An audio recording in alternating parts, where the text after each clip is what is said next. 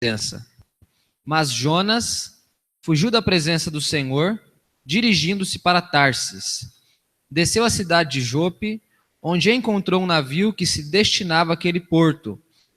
Depois de pagar a passagem, embarcou para Tarsis, para fugir do Senhor. O Senhor, porém, fez soprar um forte vento sobre o mar e caiu uma tempestade tão violenta que o barco ameaçava arrebentar-se. Todos os marinheiros ficaram com medo e cada um clamava ao seu próprio Deus, e atiraram as cargas ao mar para tornar o navio mais leve. Enquanto isso, Jonas, que tinha descido ao porão e se deitara, dormia profundamente.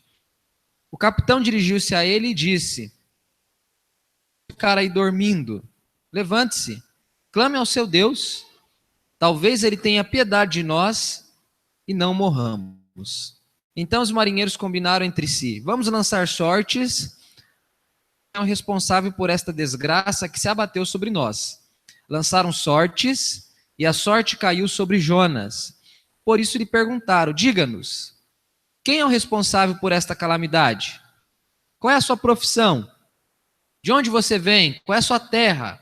A que povo você pertence?" Ele respondeu: "Eu sou hebreu, adorador do Senhor, o Deus dos céus, que fez o mar e a terra." Então os homens ficaram apavorados e perguntaram: "O que foi que você fez?" Pois sabiam que Jonas estava fugindo do Senhor, porque ele já lhes tinha dito. Visto que o mar estava cada vez mais agitado, eles lhe perguntaram: "O que devemos fazer com você para que o mar se acalme?" Respondeu ele: "Peguem-me e joguem-me ao mar, e ele se acalmará, pois eu sei que é por minha causa que esta violenta tempestade caiu sobre vocês." Ao invés disso, os homens se esforçaram ao máximo para remar de volta à terra, mas não conseguiram, porque o mar tinha ficado ainda mais violento. Eles clamaram ao Senhor: "Senhor, nós suplicamos, não nos deixes morrer por tirarmos a vida deste homem. Não caia sobre nós a culpa de matar um inocente, porque tu, ó Senhor, fizestes o que desejavas." Em seguida pegaram Jonas e o lançaram ao mar enfurecido, e este se aquietou. Tomados de grande temor ao Senhor, os homens lhe ofereceram sacrifício e se comprometeram por meio de votos. O Senhor fez com que um grande peixe engolisse Jonas, e ele ficou dentro do peixe 3 dias e 3 noites. Feche seus olhos, vamos orar? Senhor, obrigado, nós acabamos de ler a tua palavra, que é poderosa, é a revelação do Senhor a nós, a humanidade, e ela tem instruções, ó Deus, determinantes para a nossa vida, orientações, ela aponta ao caminho da salvação. A tua palavra é rica, é poderosa, por isso, fale aos nossos corações nesse momento em que ela será pregada. Nos abençoe, fica conosco, é o que nós te pedimos em nome de Jesus. Amém. Pode se assentar?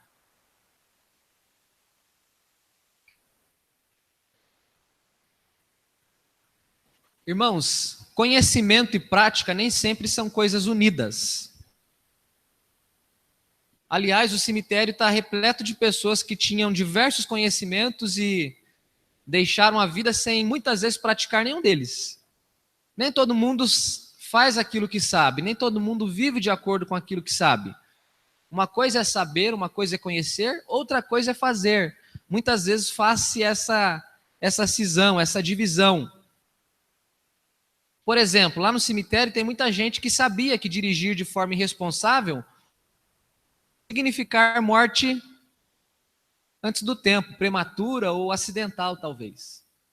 No entanto, mesmo sabendo disso, muita gente resolve dirigir desse jeito e acaba tornando a sua vida impossível, inviável.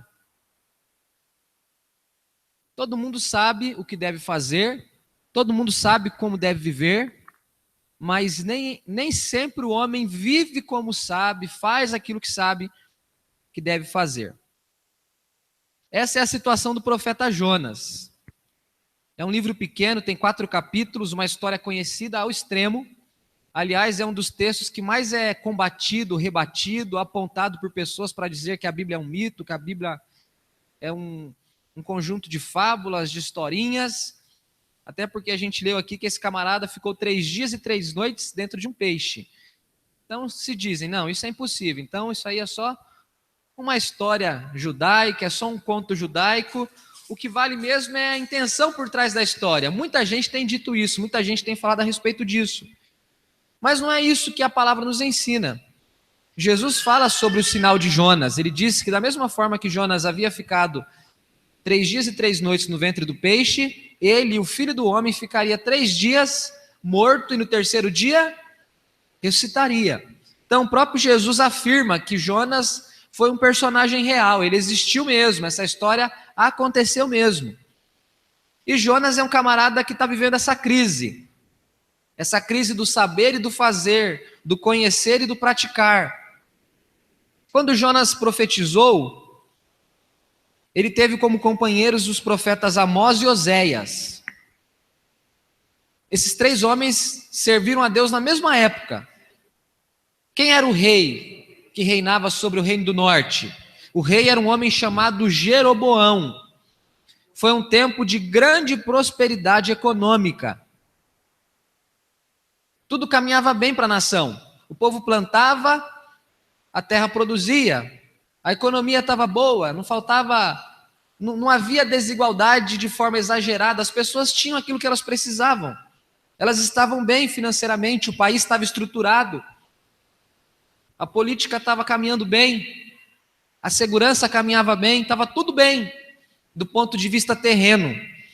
Mas do ponto de vista espiritual, Israel era uma nação infiel. As coisas estavam bem no mundo terreno, mas a relação de cada judeu com Deus era uma relação muito prejudicada, muito marcada pelo pecado, pela incredulidade, pela permanência no pecado, pela desobediência. Então Deus levanta esses homens, Oséias, Amós e Jonas. E esse texto aqui, pelo menos no capítulo 1, eu quero ressaltar com vocês, para o nosso aprendizado, 3 coisas que nós aprendemos com Jonas. A primeira delas é que Jonas sabe fazer. Diga, Jonas sabe o que deve fazer. Em outras palavras, ele era um cara informado.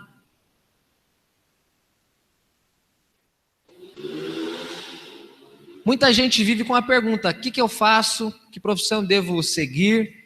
O que eu faço da vida? O que Deus tem para mim? Essas perguntas não estavam na mente de Jonas. Ele sabia o que tinha que fazer. O texto começa dizendo assim, a palavra do Senhor veio a Jonas. Essa aqui é a frase que aparece com frequência nos livros proféticos. A palavra do Senhor veio ao fulano de tal, ou então assim diz o Senhor, o Deus dos exércitos, o Deus de Israel. A palavra veio a Jonas. Veio a Jonas de que modo? Com uma ordem. Então Jonas sabe o que deve fazer.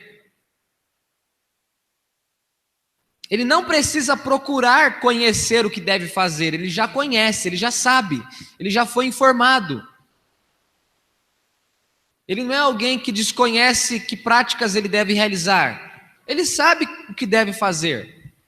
Porque o próprio Deus se encarregou de dizer para Jonas o que ele esperava de Jonas.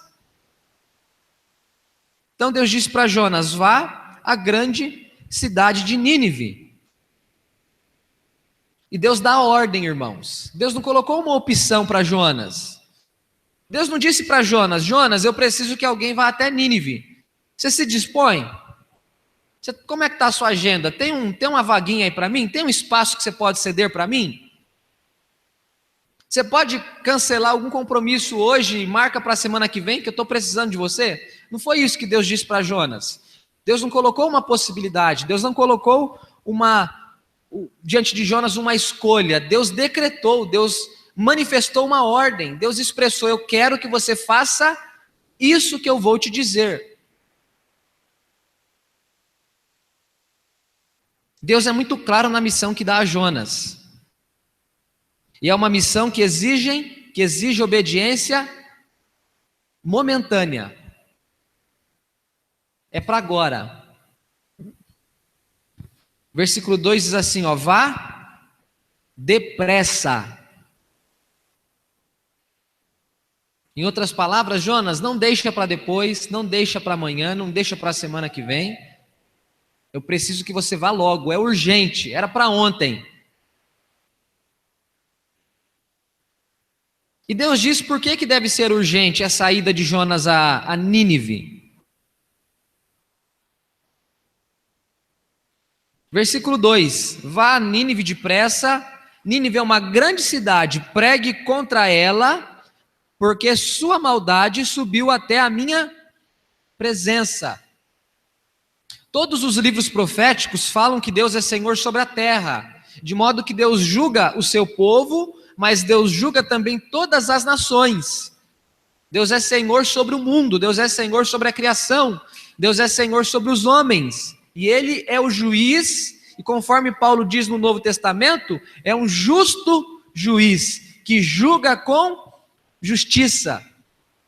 São as palavras da Bíblia, são exatamente essas palavras.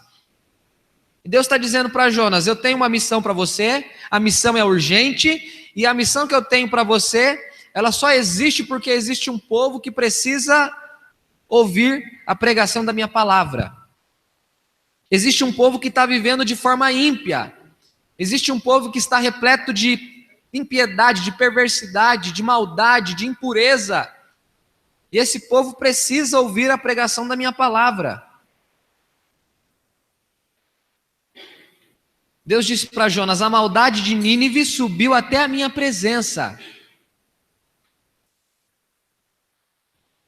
A descrição do texto mostra o quão exaltado Deus é. Lá em Gênesis, no capítulo 11, se eu não estiver enganado, que fala sobre a Torre de Babel, primeira parte de Gênesis, o texto diz que Deus desceu para ver a cidade que os homens estavam edificando, para mostrar que mesmo que eles quisessem chegar ao topo dos céus para serem grandes, eles eram pequenos demais aos olhos de Deus, de modo que Deus tinha que descer para ver o que eles estavam fazendo.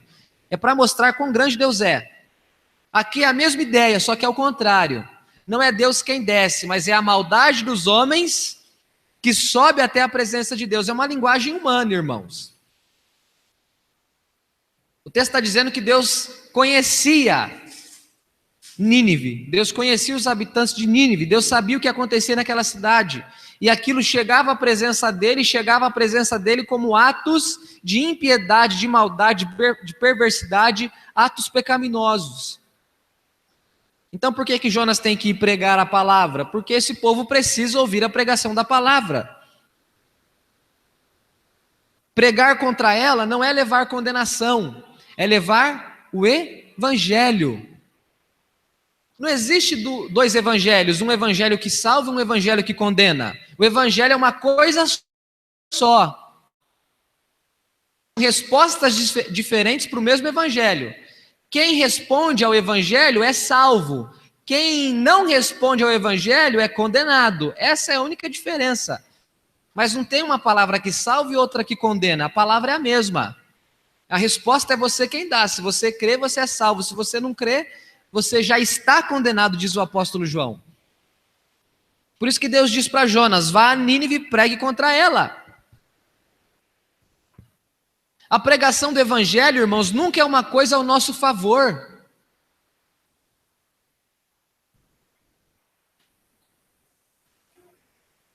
A pregação do evangelho nunca é uma coisa que atende os seus caprichos. Pregar o evangelho não significa que você vai se sentir realizado, satisfeito, que você vai ficar assim, bem-vindo à palavra. Não é assim. Por que não é assim? Porque todo homem que ouve o evangelho pela primeira vez está separado de Deus. Todo homem que ouve o evangelho pela primeira vez está separado de Deus. Ninguém nasce unido a Deus, todo mundo nasce separado dele por causa do pecado. Então, todo mundo que ouve o evangelho sendo pregado, ouve uma palavra contra si mesmo.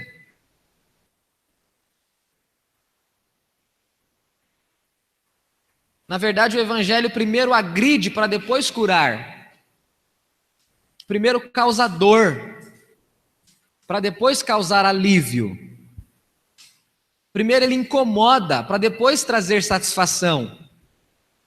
É sempre assim, sempre. A Bíblia conta essa história o tempo todo para nós. Toda vez que o evangelho é pregado, ele é pregado contra você. É sempre assim. Jesus disse: a semente primeiro precisa morrer para depois estar apta para germinar frutos. Vamos usar essa ideia? O evangelho primeiro nos mata para depois nos reviver, para depois criar vida em nós. Por isso que o texto diz: vai e pregue contra essa cidade. Então Jonas sabe o que precisa fazer. Deus disse para ele o que ele tem que fazer. Deus dá o endereço certinho para ele. Falou: ó, Jonas, as coordenadas do GPS são essas aí, ó. Coloca aí que você vai aparecer Nínive. É para lá que você tem que ir. Vá rápido, porque eu tenho pressa, porque tem um povo que precisa ouvir a mensagem do evangelho. Depois o Jonas faz a sua própria confissão de fé.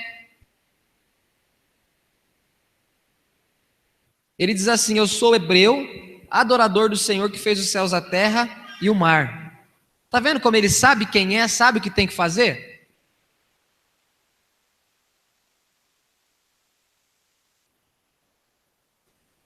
Ele está dizendo: eu venho da linhagem de Abraão.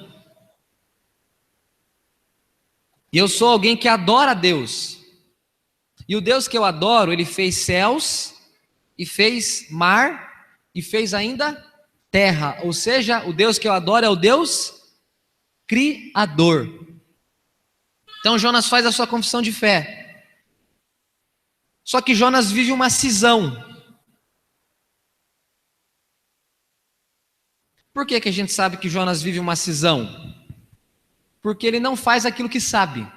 Ele sabe para onde tem que ir. Mas o versículo 3 diz assim: Jonas fugiu da presença do Senhor, dirigindo-se para Tarsis. Depois, por curiosidade, pegue a sua Bíblia. Lá no final da sua Bíblia é provável que tenha um mapa do Antigo Testamento, do Novo Testamento. Se a sua Bíblia não tiver, procure na internet.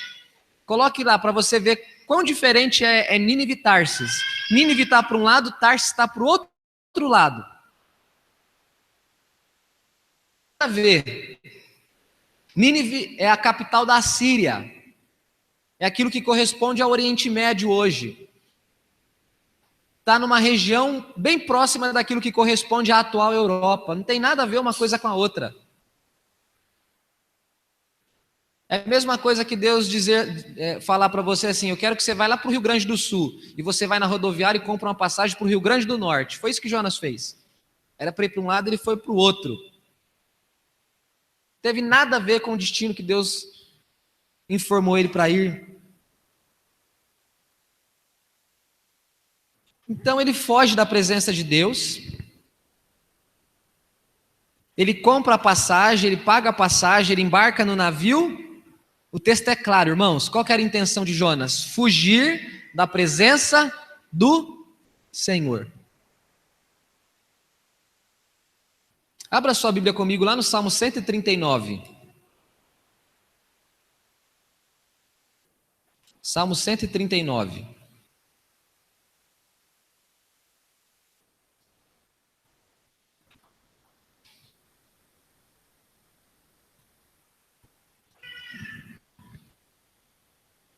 Versículo 5. Tu me cercas por trás e pela frente, pões a tua mão sobre mim. Tal conhecimento é maravilhoso demais, está além do meu alcance, é tão elevado que não posso atingir. Para onde poderia escapar do teu espírito? Para onde poderia fugir da tua presença? Se eu subir aos céus, lá estás. Se eu fizer a minha cama na sepultura, também lá estás. Se eu subir com as asas da alvorada e morar na extremidade do mar, mesmo ali a tua mão direita me guiará e me susterá. E aí, você acha que Jonas leu esse salmo ou não leu? Parece que não leu. Ou se leu, não memorizou, né? Porque na cabeça dele tinha jeito de fazer o quê? Fugir da presença de... Sabe de nada, inocente, não é? A intenção dele é essa, fugir da presença do Senhor. E qual que é a cisão que ele vive? É a cisão de saber e não fazer. Adorador do Senhor. mas ele acha que dá para ser um adorador que não obedece. Eu adoro, mas ser adorador não significa que eu tenho que obedecer o que ele me diz. Isso é muito parecido com o homem moderno, irmãos. O homem moderno acha que pode viver sem a lei de Deus. O homem moderno, e eu não estou falando do ímpio, eu estou falando do crente. Ele acha que ele pode viver sem a lei de Deus. Não, pastor, vocês vivem pregando direto que a gente não é salvo pela obediência, a gente é salvo pela graça. O que tem a ver com a lei? O que tem a ver com os mandamentos?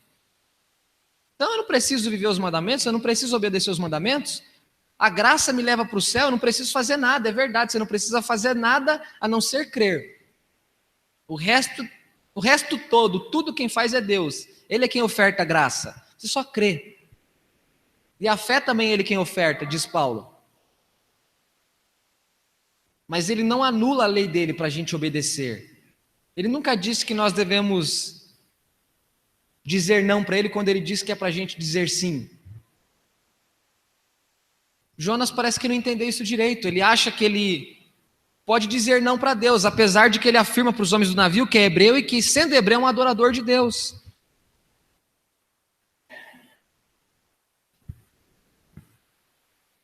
Ele tem plena consciência das suas condições. Esse texto é muito irônico, irmãos, quando a gente lê. Imagina você, Deus manda você ir para um lugar, você vai para o outro, você compra passagem, embarca e fica todo felizinho, pronto, fugir de Deus. De repente, a hora que você está no navio, começa uma tempestade, é vento de lá para cá, as ondas começam a ficar maiores e o barco balança para lá e para cá, e todo mundo estala um olho desse tamanho e fala, ih, o negócio está estranho. E o texto diz que os ventos eram tão fortes, versículo 4, que o barco ameaçava arrebentar-se. E quem é que estava fazendo o vento soprar? Versículo 4, o próprio Senhor. O Senhor estava fazendo o vento soprar. Os marinheiros ficaram com medo. E cada um clamava ao seu próprio Deus. Perceba que Jonas está fora dos limites de Israel, ele não está em Israel. Ele não está no meio do povo que adora a Deus, ele está no meio dos gentios, das outras nações, das outras pessoas. Cada marinheiro está adorando, está orando ao seu Deus, pedindo socorro, pedindo livramento. Está todo mundo, fazendo o sinal da cruz e orando e rezando e chorando. Estão pedindo socorro para Deus. Eles começaram a jogar tudo que tinha no navio. Quem tinha 2 sapatos, pegou um, jogou o outro fora. Quem tinha duas camisas, 2 pares de calça, ficou só com a camisa, com a calça, jogou outra fora. Foi tudo assim. Ou seja, vamos ficar só com o que a gente precisa. O que adianta morrer com a mala cheia de coisa? Vamos jogar a mala no mar. Para o navio ficar mais leve, porque ficando mais leve tem possibilidade dele não afundar. O que o homem não faz quando quer sobreviver, não é? Faz o que tiver ao alcance dele. Resolveu o jeitinho que eles deram, resolveu a situação? Os ventos pararam de soprar? A tempestade diminuiu? Não. Onde é que o Jonas estava? No porão do navio, tirando um cochilo, uma soneca. Eu pergunto para você, como é que alguém consegue dormir numa situação dessa? Eu não sou capaz de ir dentro do carro, lógico, não estando dirigindo, eu não sou capaz de ler um livro porque eu tenho ânsia. Eu acho tão legal quando eu pego o trem ou ônibus, que eu vejo as pessoas lendo dentro do trem, do ônibus, eu queria tanto poder fazer isso e não consigo, gente. Se eu fizer isso, coitado de mim,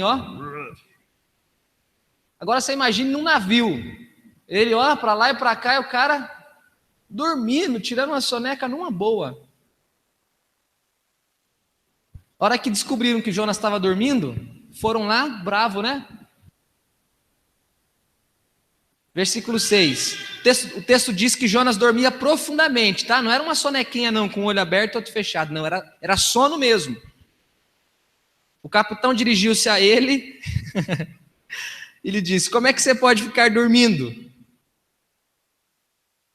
Levante-se, clame ao seu Deus, talvez ele tenha piedade de nós e nós não morramos. Então os marinheiros combinaram entre si, Vamos lançar sortes para descobrir quem é o responsável por essa desgraça que se abateu sobre nós. Lançaram sortes e a sorte caiu sobre o sortudo do Jonas. Aí perguntaram para ele: calma aí que a gente tem uma entrevista com você. Quem é você? Quem é responsável por essa situação? Qual é a sua profissão? De onde você vem? Qual é a sua terra? A que povo você pertence? Olha as perguntas que fizeram para Jonas. Em outras palavras, Jonas, é muito estranho. A situação está do jeito que está, você está dormindo, você está levantando suspeitas para a gente. Quem é você? O negócio está apontando para o seu lado, a sorte caiu sobre você. É você que está com o dedo podre, meu. O negócio está estranho para o seu lado. Aí Jonas diz: eu sou hebreu, adoro o Senhor, Deus que fez os céus, que fez a terra.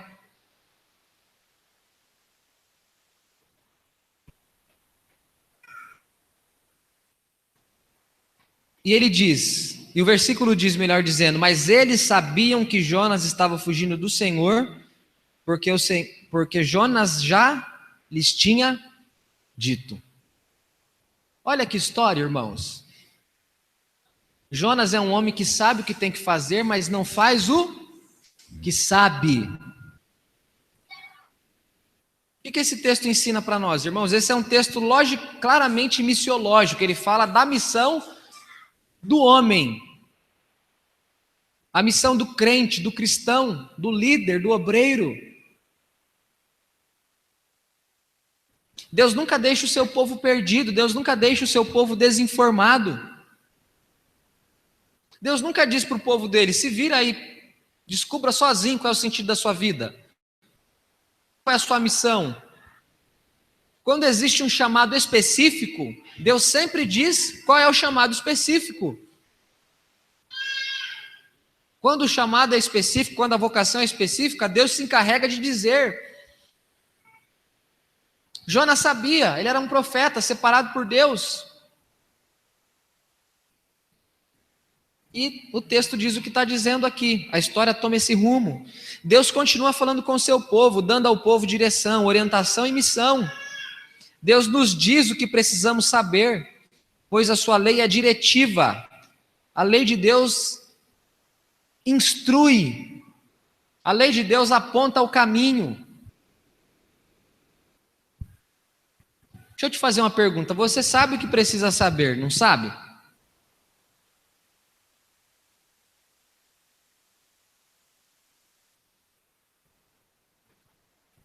Deus ocultou de você algum conhecimento com relação ao que você precisa saber? Com relação ao que você precisa fazer?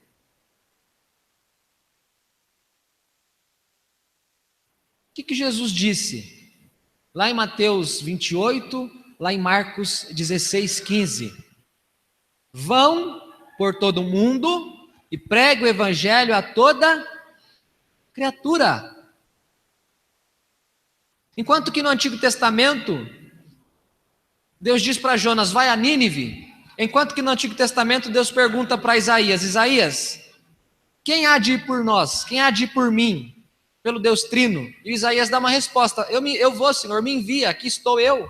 O Novo Testamento diz que já é uma ordem para a igreja, para os discípulos, para aqueles que seguem a Cristo. A ordem de ir.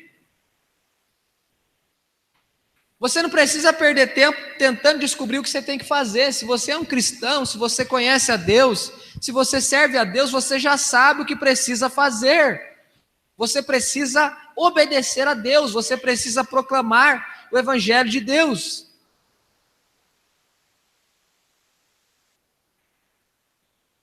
É incrível, irmãos, que a gente consegue fazer o divórcio do saber e do fazer. A gente separa o que a gente sabe daquilo que a gente faz.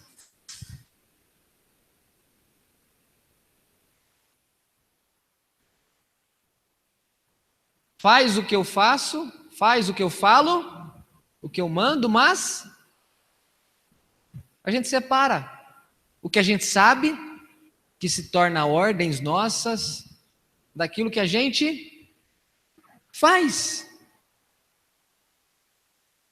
Percebe que é um problema antigo, não é um problema seu?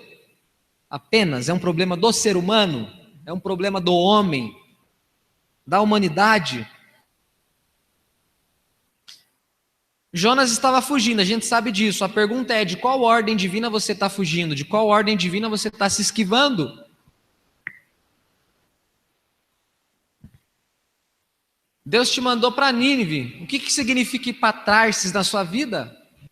Deus está dizendo para você: é assim que você deve viver, é assim que você deve fazer. E para que destino você está comprando passagem para viajar? Onde é que você está querendo colocar seus pés?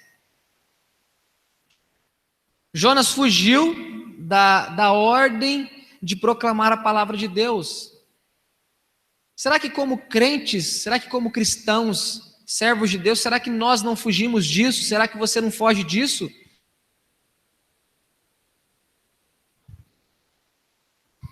Será, irmãos, que a gente não está achando que dá para ser adorador de Deus sem precisar ter que obedecer a Ele? Em outras palavras, será que nós não achamos que dá para ser crente de forma descompromissada? Eu até afirmo que creio nele, eu até faço confissão de fé. Mas eu não me comprometo com o Deus que eu digo que sirvo, eu não me comprometo com a confissão de fé que eu faço. É um cristianismo aparente, é um cristianismo apenas conceitual. Já foi dito aqui, em outros momentos, eu me lembro, hoje em dia fala-se sobre o ser evangélico sobre ser evangélico não praticante. É um termo já da cristandade. Evangélico não praticante.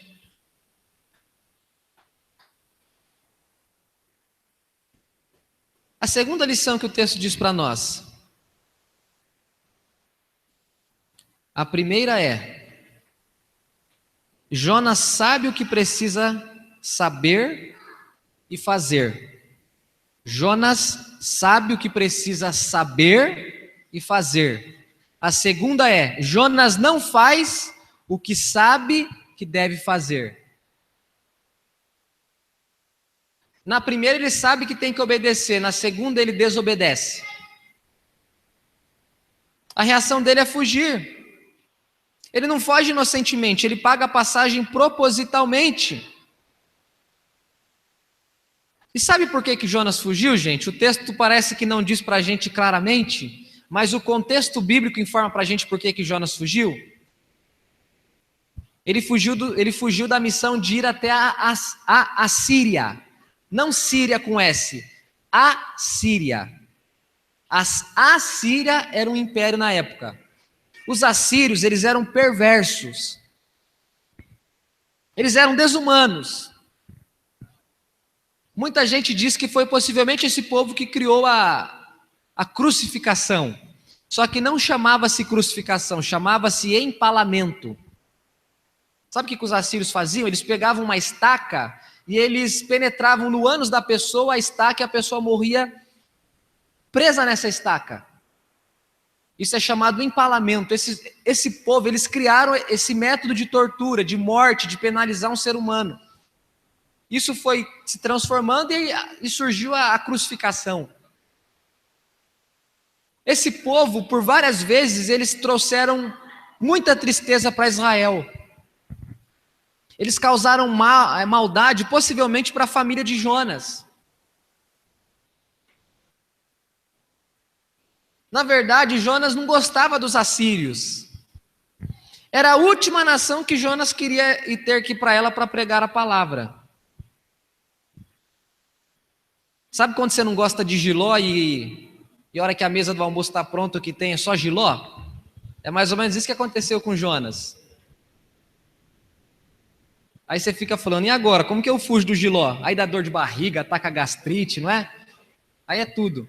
Aí você tá cheio do almoço do dia anterior, você fala: tô cheio, não aguento comer nada. É mais ou menos isso. Deus diz para Jonas: vai lá para a Síria. Só que esse povo era um povo perverso, era um povo terrível, era um povo que tinha causado maldade para Israel, para Jonas, para a família de Jonas, possivelmente. Então o que ele diz para Deus? Deus, o senhor está querendo demais, né? Aí não dá. Tudo bem que o Senhor é Deus, tudo bem que o Senhor é o Senhor, mas o Senhor não acha que o Senhor está sendo muito abusivo? É muito desaforo me mandar para a Síria, para Nínive. Aí não dá, aí está além do meu limite. É mais ou menos isso que ele está dizendo para Deus. E como é que ele diz isso para Deus? Fugindo. Então, esse texto diz para nós que os sentimentos de Jonas se tornaram um obstáculo para ele obedecer a Deus. Diga assim comigo: os sentimentos de Jonas tornaram-se um obstáculo para a sua obediência. Será que isso acontece com você? Será que aquilo que você sente e pensa não se torna muitas vezes o motivo da sua desobediência? É boa essa pergunta, não é? Calma aí, Senhor, aí não dá, né? O Senhor pegou justo no meu calcanhar agora, pisou justo no meu calo, agora não tem como. Deus pisou no calo de Jonas, gente. Aí o calo doeu, ele falou o quê? Nínive nada, eu vou para Tarsis.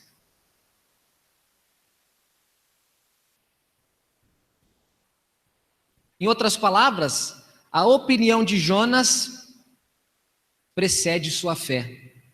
Para ele importa mais ficar com o que ele pensa do que com aquilo que Deus ordena. Em outras palavras, eu não me importo muito com o que o Senhor diz agora, Senhor.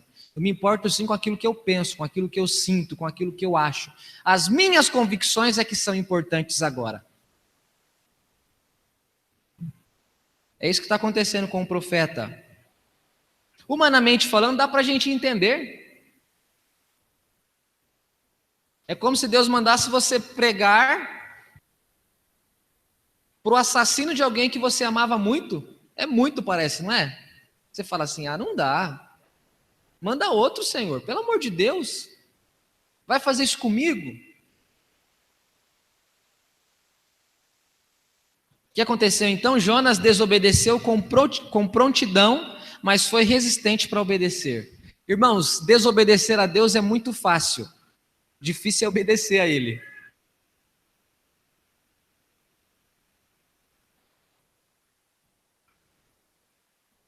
Ele arrumou até dinheiro para comprar a passagem. Talvez se fosse para outra coisa ele não teria, mas já que era para fugir de Deus, ele falou: tem, claro que eu tenho. Passo o cartão, faço empréstimo, eu me viro, mas que eu fujo, eu fujo. Ele deu um jeito.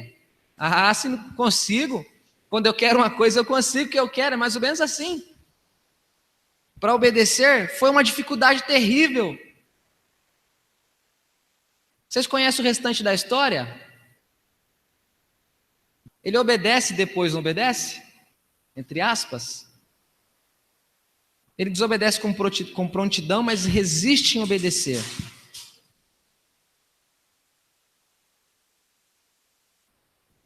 Os ímpios não temem a Deus. Mas o povo de Deus, por vezes, é desobediente a Ele. Isso está lá em Jeremias 2, 13 e 3, 25. O texto de Jeremias diz que aquele povo cavou para si cisternas rotas, que não produziam águas. Tem um outro texto que diz que eles preferiram crer no Egito, e o profeta diz, aquele caniço quebrado.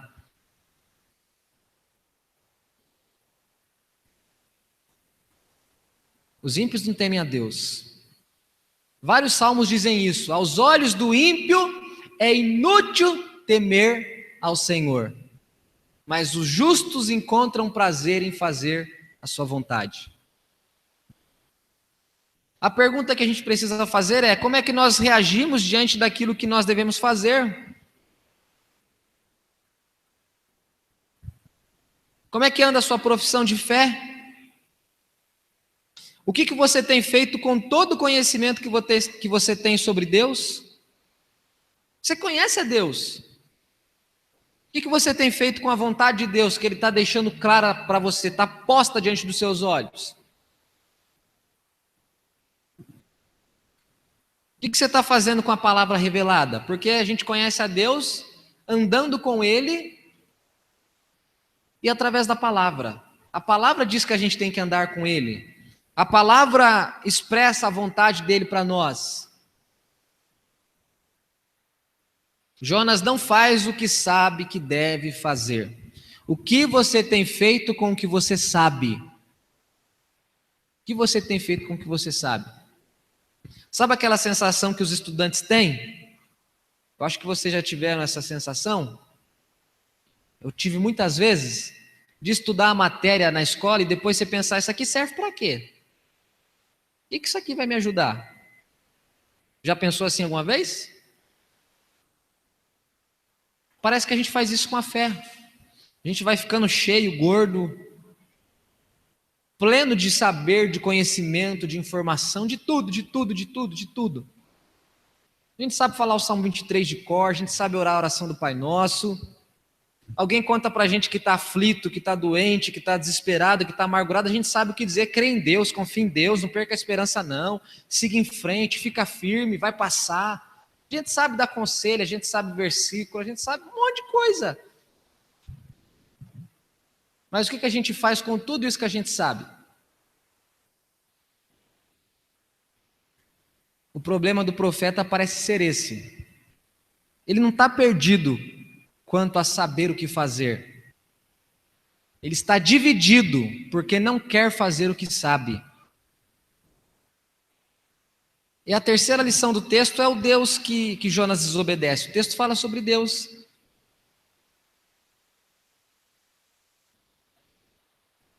Esse livro fala muito mais do que Jonas. Esse livro não fala apenas de Jonas, ele fala de Deus.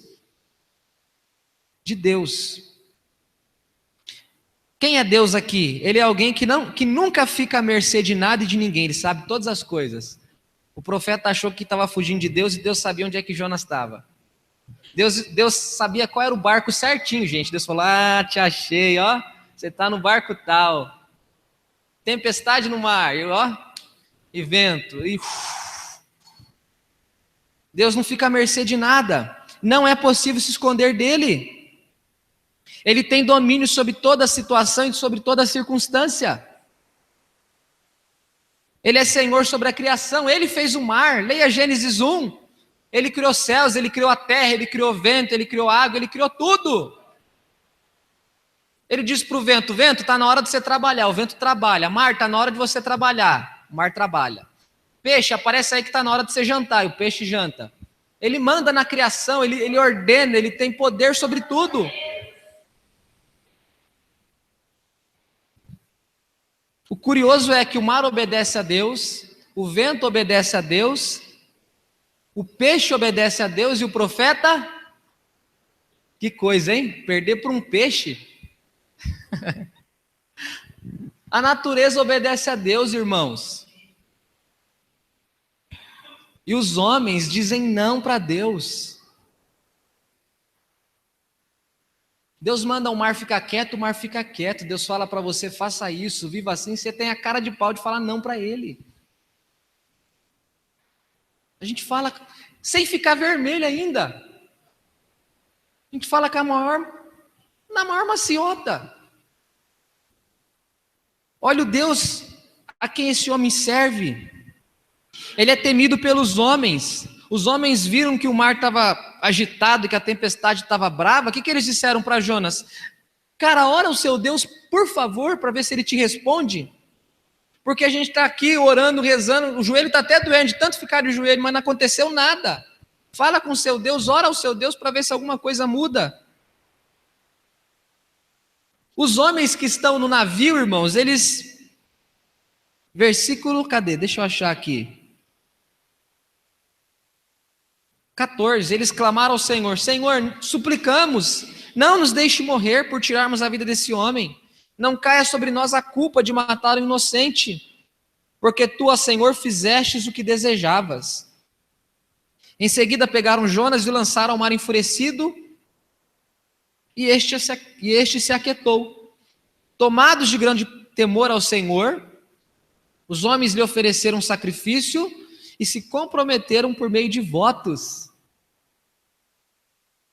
Esses caras não estavam orando aos outros deuses, cada um ao seu próprio Deus? Quando eles viram o poder que Deus tinha, porque Jonas falou, eu sou hebreu, eu sirvo o Deus que criou os céus e a terra. Eles viram que com Jonas no barco tinha vento e tempestade. Jonas fora do barco, não tinha mais vento, não tinha tempestade, e tinha um peixe ainda para engolir Jonas. Eles falaram, esse Deus é forte mesmo. Aí eles temeram a Deus, fizeram sacrifícios e se comprometeram por meio de votos. Eu estou dizendo para vocês que esse livro é irônico. Um povo ímpio se converte a Deus através da desobediência do profeta. O povo de Nínive, que é um povo maldoso, vão se converter a Deus. E o profeta, não, Senhor, não vou para Nínive. Olha o paralelo. Jonas, os marinheiros e a tripulação do navio, os cidadãos de Nínive. Jonas desobedece, os marinheiros e a tripulação incrédula se voltam para Deus. Os ninivitas se arrependem e creem em Deus. E o Jonas, teimando, reclamando no restante dos capítulos, mal-humorado, achando que tem toda a razão de achar o que acha. Deus age com misericórdia, até mesmo quando o seu servo é desobediente. Onde é que o senhor está vendo isso, pastor? O Senhor fez com que um grande peixe engolisse Jonas. E ele ficou dentro do peixe 3 dias e 3 noites. Pastor, me explica isso daí. Não sei te explicar. O que é mais difícil? Um peixe engolir um ser humano ou um ser humano ficar vivo dentro de um peixe 3 dias? O que você acha?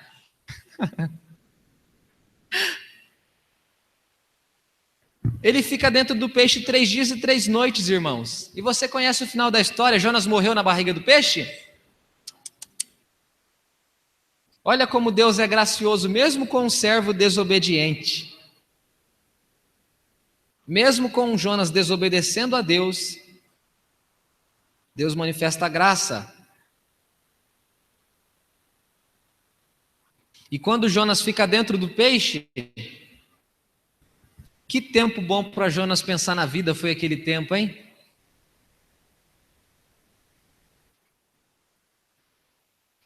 Orou como nunca, né?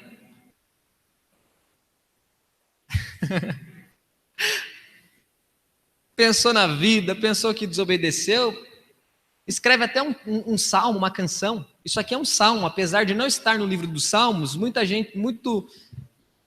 a comunidade judaica reconhece o capítulo 2 como sendo um salmo, é praticamente um salmo, é uma poesia, é um hino de louvor a Deus. Deus não mudou e nunca mudará. Ele continua sabendo todas as coisas. Ele é Senhor sobre o mundo, sobre o universo. Ele é um Deus que é aclamado, que é adorado, que é temido. Os homens do navio foram mais reverentes a Deus do que o próprio profeta. Deus é misericordioso. Deus é quem preserva a nossa vida e proporciona para nós capacidade de reflexão, para que nós possamos nos arrepender. Feche os seus olhos. Vamos orar.